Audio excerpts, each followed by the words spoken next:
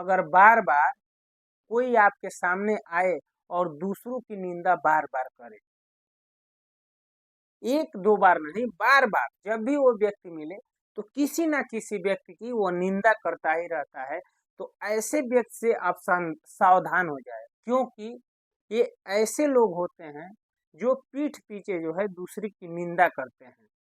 तो ऐसे व्यक्ति से इसलिए सावधान होने की जरूरत है कि जो बार बार दूसरों की निंदा करे, तो समझ लीजिए आपके न रहने पे वो दूसरों आपकी भी निंदा करता है।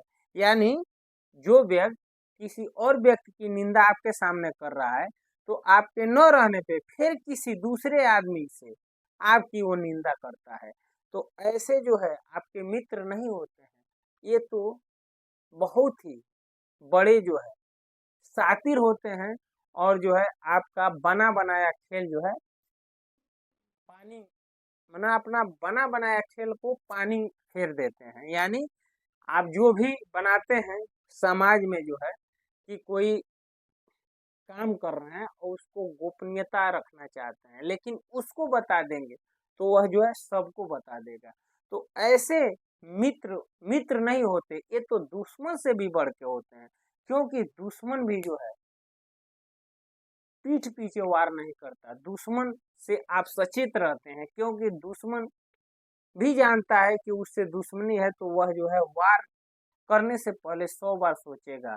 इसलिए कि आप उससे सावधान रहते हैं और आप भी उससे बच जाएंगे। लेकिन जो आता है और मीठी मीठी बातें करता है, और बातें करते करते और इतना आपकी प्रशंसा करता है और दूसरों की निंदा करता है कि आपसे उसकी लक्ष्य क्या है, आपसे कुछ खाना चाहता है, कुछ जेब में भरना चाहता है, और जैसे ही आप वहां से गए आपकी बुराई करना शुरू कर दिया, आपकी निंदा करना शुरू कर दिया। तो इससे ये होता है कि आप उसके बातों में आ गए, तो दूसरे व्यक्ति की निंदा आपके सामने क्या कर रहा है कि वो जो है रोहन जो है ना, तुमको बहुत गाली देता है, और रोहन भले आपको गाली ना दिया हो, आप मान बैठे कि रोहन हमको गाली दिया है, और इसकी बातों में आकर आप जो है रोहन से जब भी सामने आता है आपके अंदर बदले की भावना होती है कि इसने मुझे बोला था,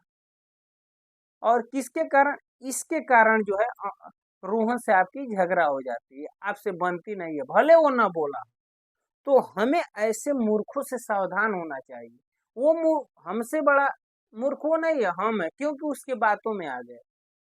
अगर कोई कह भी दिया तो क्या हो जाएगा, अगर रोहन कह दिया तो क्या हो गया, अगर बहुत हमें जिद है कि क्यों कहा है तो रोहन से पूछ लो।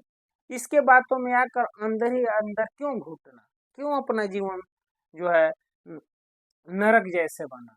तो मित्रों, ऐसे कुविचार के जो लोग होते हैं, चिकनी चुपली बातें करते हैं, आप जैसे ही कोई बात कहते हैं वो जाकर जो है वो दूसरों की बात तुरंत कहता है। आप मान लीजिए कभी हंसी मजाक में भी कह दी ऐसे लोगों से कि विकास तो विकास जो है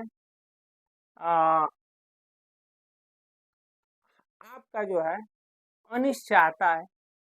जैसे ही सुना, जैसे ही आप गए फिर उसको कहेगा कि अमुक व्यक्ति तो तुम कह रहा था कि उसके लिए तुम अनिष्ट चाहते हो, तुरंत फोन कर देगा। खबरी लाल होते हैं, उनके पेट में कहा जाता है कि कुछ नहीं पचता, यानी बातें भी उनके अंदर नहीं हजम होती, वो लगाना बजाना इसी में रहते हैं।